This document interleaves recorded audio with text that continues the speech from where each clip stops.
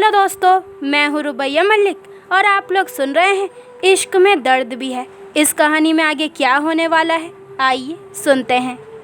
आरव कांपते हाथों से कागज़ उठाता है और भारी मन से पढ़ना शुरू करता है। कागज़ में लिखा था, अगर आप ये कागज़ पढ़ रहे हैं तो इसका मतलब मैं आपसे दूर जा चुकी हूँ। कहाँ गई हूँ, कहाँ जाऊँगी, ये तो मुझे भी नहीं पता, पर हाँ मुझे ये ज़रूर पता है कि ये घर भी आप ही का है और आप यहाँ आएंगे ज़रूर। सोचा नहीं था कि हमारे प्यार का अंत होगा और वह इस तरीके से होगा। जानते हैं आपसे प्यार करने के लिए मैं मजबूर क्यों हो गई थी? क्योंकि कहीं ना कहीं अपने पापा की झलक देखी थी मैंने आपके अंदर, और हमेशा मेरा एक ही सपना था, जैसे सब लोग मेरे पापा का सम्मान करते हैं मेरा जीवन साथी भी ऐसा ही हो। आधा दिल तो आपने मेरा तभी जीत लिया था जब आपने मेरी माँ की जान बचाई, और बाकी आधा आपके साथ रहकर देखा था मैंने। सरस्वती भवन में कैसे लोग आपको भगवान की तरह पूज रहे थे। जितना आपको जाना उतना ही हर घड़ी हर लम्हा आपसे प्यार होता गया। नहीं रोक पाई मैं खुद को, पागल हो गई आपके प्यार में। सपने देखने शुरू कर दिए मैंने आरव जी। कागज़ पर लिखे कुछ अक्षर आधे मिटे हुए थे। साफ पता चल रहा था कि लिखते वक्त नैना की आंखों से आंसू बह रहे थे। आंसू तो आरव की आंखों से भी बह रहे थे। आगे लिखा था, सपने देखे मैंने हम दोनों के लिए, हम दोनों साथ होंगे, ढेर सारा प्यार होगा।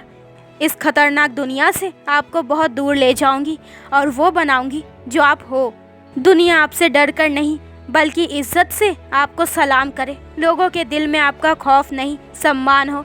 पर मुझे क्या पता था कि आपको इज्जत और सम्मान दिलवाते दिलवाते मैं अपना सम्मान गंवा बैठूंगी, वो भी किसके हाथों? आपके हाथों, अपने प्यार के हाथों। आज शर्म आ रही है मुझे खुद पर कि मैंने आपकी तुलना अपने पापा से की। आप कल भी जानवर थे और हमेशा वही रहेंगे। आप जैसा इंसान कभी बदल ही नहीं सकता। प्यार तो दूर की बात है, भरोसा भी नहीं कर पाए आप तो। ऐसा नहीं है कि मैंने सब भूलने की कोशिश नहीं की, पर नहीं हो पा रहा है आरव जी, नहीं हो पा रहा है। आपका प्यार आपकी कठोरता के सामने छोटा रह गया। आज खुद की नज़रों में गिर गई हूँ कि मैंने कभी आप जैसे इंसान से प्यार किया था, जिन लोगों की नज़रों के अपने लिए सम्मान देखना चाहती थी। आज उन लोगों की नज़रों में खुद के लिए खौफ देखा, डर देखा, तरह तरह की बातें सुनी। किसकी वजह से? आपकी वजह से। सर उठाकर चलने लायक नहीं छोड़ा आपने। मेरी खुद की कोई पहचान नहीं रही। सब खत्म कर दिया आपने, सब खत्म। आपने कहा था मुझे और मेरे सम्मान को सब खत्म कर दोगे, तब वो आपने कर दिया है। इस शहर से दर्द ही दर्द मिला है मुझे। खैर, कभी बातें ख़त्म नहीं होती थी और आज कहने के लिए कुछ भी नहीं बचा है, कुछ भी नहीं। काश आप उस दिन मेरी बात सुन लेते। नीचे कुछ और लाइनें भी लिखी थी, पर वो आंसुओं की वजह से ठीक से समझ नहीं आ रही थी। काफ़ी अक्षर धुल चुके थे। हाँ, पर पूरे कागज़ पर नैना का दर्द चीख चीख कर बयान हो रहा था, जिसे आरव सुन नहीं पा रहा था। आरव की आंखों से बहते हुए आंसू भी अब सूख चुके थे। नैना उसे छोड़कर, इस शहर को छोड़कर जा चुकी थी। कहाँ गई ये किसी को नहीं पता। पहले माधव उसके पास था जो उसका ध्यान रखता था, और आरव उससे नैना के बारे में पूछ सकता था। एक घर में ना सही एक शहर में तो थे दोनों। कभी ना कभी आरव उसको चोरी से देख सकता था, शायद मिल भी सकता था। पर अब क्या? अब कहाँ ढूंढे वो उसे? अब आरव के पास कुछ रह गया था तो हाथ में नैना का लिखा हुआ खत, आंखों में आंसू, दिल में पछतावा जो उसे अंदर ही अंदर खा रहा था। वो अब भी वहीं बैठा बस एकटक उस कागज को देख रहा था। इधर नीचे माधव वापस आता है और किचन में जाकर इमली एक प्लेट में निकालकर नैना के कमरे की तरफ बढ़ जाता है, इस बात से अनजान कि उसके जाने के बाद क्या क्या हो गया है। इमली का तो बस बहाना था, उसे माधव को खुद से दूर करना था। माधव नैना के कमरे में आकर कहता है, ये लो इमली। ये कहकर वो जैसे अंदर जाता है, सामने आरव को देखकर हैरानी से आंखें फैल जाती है उसकी। वो कहता है, भाई आप यहाँ, और नैना कहाँ है? फिर उसकी नज़र नैना की अलमारी पे जाती है। खाली अलमारी देखकर उसे सब समझ आ जाता है। वो इमली की प्लेट टेबल पर रखते हुए कहता है, भाई वो नैना? आरव रोंदे हुए गले से कहता है, वो चली गई, मुझे हमेशा हमेशा के लिए छोड़कर। ऐसे बोलते वक्त उसकी आंखों के किनारों से आंसू बह जाते हैं। कितना दर्द, कितनी तड़प थी आरव की आवाज़ में, जो माधव महसूस कर सकता था। माधव कहता है, तो भाई आप यहाँ क्या कर रहे हैं? चलिए उसे ढूंढते हैं। आरव भीगी हुई आंखों से उस कागज़ को देखते हुए कहता है, अब बहुत देर हो चुकी है। माधव कहता है, नहीं भाई, वो ज़्यादा दूर नहीं गई होगी। आरव कहता है, वो मुझे दूर कर चुकी है, दिल से भी और ज़िंदगी से भी। उसकी आंखों से बहते आंसू उसकी तकलीफ़ बयान कर रहे थे। माधव तुरंत विवान को फ़ोन करता है। दूसरी तरफ पलक भी राठौर मैंशन से जाने वाली थी। वो अपने कमरे में थी और कुछ चीज़ें थी उसके पास जो उसे यहाँ आने के बाद नैना ने दी थी, जैसे कुछ कपड़े और भी छोटी मोटी चीज़ें जिन्हें वो समेट कर अपने साथ लेकर जाने वाली थी। इस बात का पता विवान को भी था। वो सीधे पलक के कमरे में जाता है। पलक एक नज़र उसकी तरफ देखती है, फिर अपनी नज़रें फेर कर वापस अपना सामान पैक करने लगती है। विवान उसके करीब जाकर उसके हाथ से उसका सामान छीनते हुए कहता है, कहीं नहीं जाओगी तुम। पलक उसकी तरफ घूर कर देखते हुए कहती है, ये तय करने वाले तुम कौन होते हो? विवान उसके बेहद करीब जाकर उसके दोनों कंधों से पकड़कर अपनी तरफ घुमाते हुए कहता है, मैं कौन हूँ कौन नहीं ये तो तुम मुझसे बेहतर जानती हो। पूरे 6 साल बाद तुम्हें वापस पाया है। 6 साल कहना आसान है, पर ये 6 साल कैसे गुजारे हैं मैंने, ये तो मैं ही जानता हूँ। इतनी मुश्किल से तुम्हें वापस पाया है, अब दूर नहीं जाने दूंगा। पलक की आंखों में नमी तैर जाती है। वो अपनी आंसू भरी नज़रें उठाकर विवान की तरफ देखती है, फिर रोंदे हुए गले से कहती है, और तुम्हारी वजह से 2 लोग जो हमेशा हमेशा के लिए दूर हो गए हैं, उसका क्या?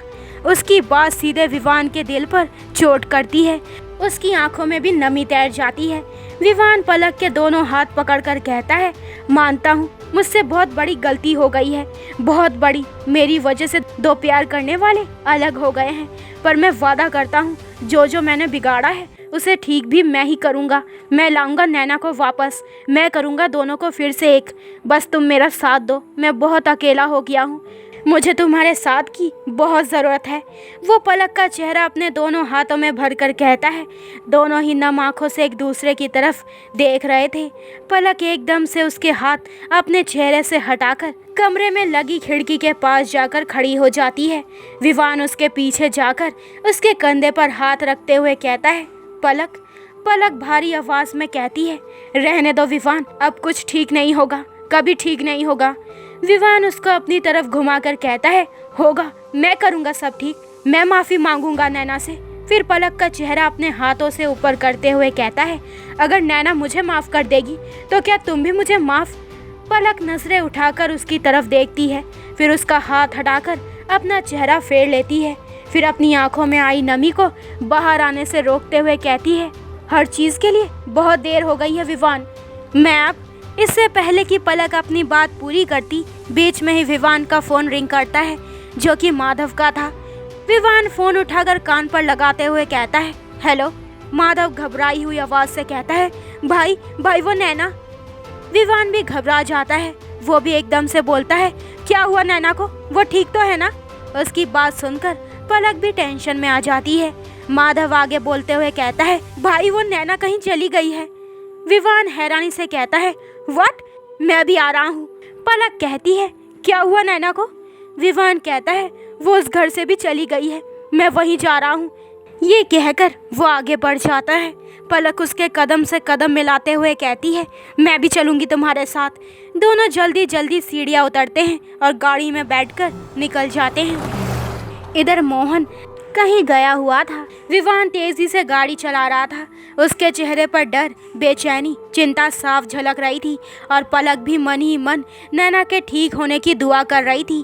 कुछ ही देर में वो दोनों उस घर के सामने थे। दोनों जल्दी से गाड़ी से उतरकर अंदर जाते हैं। माधव नीचे सीढ़ियों के पास ही खड़ा था। विवान उसके पास जाकर कहता है, कहाँ गई वो, कुछ पता चला? और तू कहाँ था उस वक्त? माधव कहता है, मैं सब बताता हूँ, पहले आप ऊपर चलिए और आरव भाई को संभालिए। विवान चौंकते हुए कहता है, क्या आरव यहाँ है? वो तीनों जल्दी से ऊपर जाते हैं। आरव अब भी उस कागज को हाथ में लिए बैठा था और खाली आंखों से बस वो एक टक उस कागज पर लिखे अक्षरों को देख रहा था। वो तीनों अंदर आते हैं। विवान एकदम से आरव के पास जाकर कहता है, आरव तो यहाँ बैठा है, नैना को ढूंढने चलते हैं। पर आरव कोई जवाब नहीं देता, ना ही विवान की तरफ देखता है। विवान उसके कंधे पर हाथ रखकर कहता है, आरव, पर कोई फायदा नहीं, वो कुछ नहीं कहता। माधव विवान से कहता है, मैं कितनी देर से भाई को बुला रहा हूँ पर ये कुछ नहीं बोल रहे हैं। विवान थोड़े गुस्से से माधव की तरफ देखकर कहता है, तू नैना को अकेले छोड़कर कहाँ गया था? बोला था ना तुझे उसके पास रहना। ये सुनते ही पलक की आंखें हैरानी से फैल जाती है। माधव कहता है, भाई नैना इमली खाने की जिद कर रही थी और उसे देखकर मुझे लगा ही नहीं कि उसके दिमाग में ऐसा कुछ चल रहा होगा। अब समझ में आ रहा है कि आज सुबह जो हुआ वो इतनी आसानी से कैसे भुला दिया उसने। पलक कहती है, क्या हुआ था आज? माधव उन सबको सारी बात बताता है कि कैसे नैना ने आगे बढ़ने का फैसला लिया था और फिर लोगों ने उसके बारे में कैसी कैसी बातें की। वो रोते हुए घर आई और खुद को कमरे में बंद कर लिया, लेकिन फिर थोड़ी देर बाद वो नॉर्मल भी हो गई। रात को वो मेरे पास आई और कहने लगी कि मुझे इमली खानी है। मेरा उसे छोड़कर जाने का बिल्कुल मन नहीं था, पर उसकी ज़िद के आगे मैं क्या करता। पर मुझे क्या पता था कि उसने सब पहले से ही सोच लिया है और यहाँ से जाने का फैसला कर लिया है। नैना के साथ लोगों ने कैसा व्यवहार किया यह जानकर सबको बहुत बुरा लगता है। विवान फिर से आरव के पास जाकर कहता है, तू टेंशन मत ले, वो मिल जाएगी, मैं लाऊंगा उसे वापस, मैं अभी से ढूंढने निकलता हूँ। ये कहकर वो वहाँ से जाने के लिए कदम बढ़ाता है। तो दोस्तों, ये वाला एपिसोड यहीं पे ख़त्म होता है। अगले एपिसोड में जानेंगे कि इस कहानी में आगे क्या होने वाला है। क्या नैना कभी वापस लौटकर आरव के पास आएगी या फिर इन दोनों का प्यार ऐसे ही अधूरा रह जाएगा? तो दोस्तों, आगे के एपिसोड और भी इंटरेस्टिंग होने वाले हैं, तो मेरे चैनल को जल्दी से सब्सक्राइब करें ताकि आपको मेरे न्यू एपिसोड के नोटिफिकेशन सबसे पहले मिल जाए। लाइक शेयर करें और कमेंट करके मुझे ज़रूर बताएं कि आप लोगों को ये स्टोरी कैसी लग रही है। अपना ख्याल रखें। बाय दोस्तों।